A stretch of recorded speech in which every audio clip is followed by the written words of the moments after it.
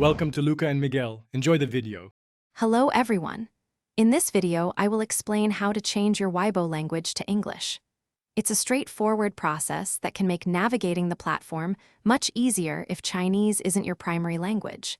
To begin, simply open the Weibo application on your mobile device or head over to the official Weibo website using your preferred web browser.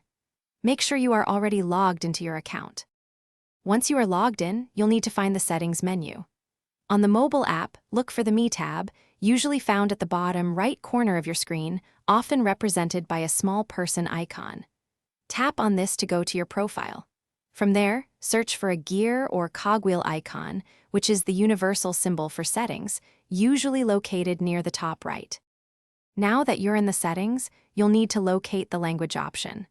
This is often labeled as language or might be nested under general settings. Tap or click on this option to reveal a list of all available languages. Carefully scroll through the list until you find English.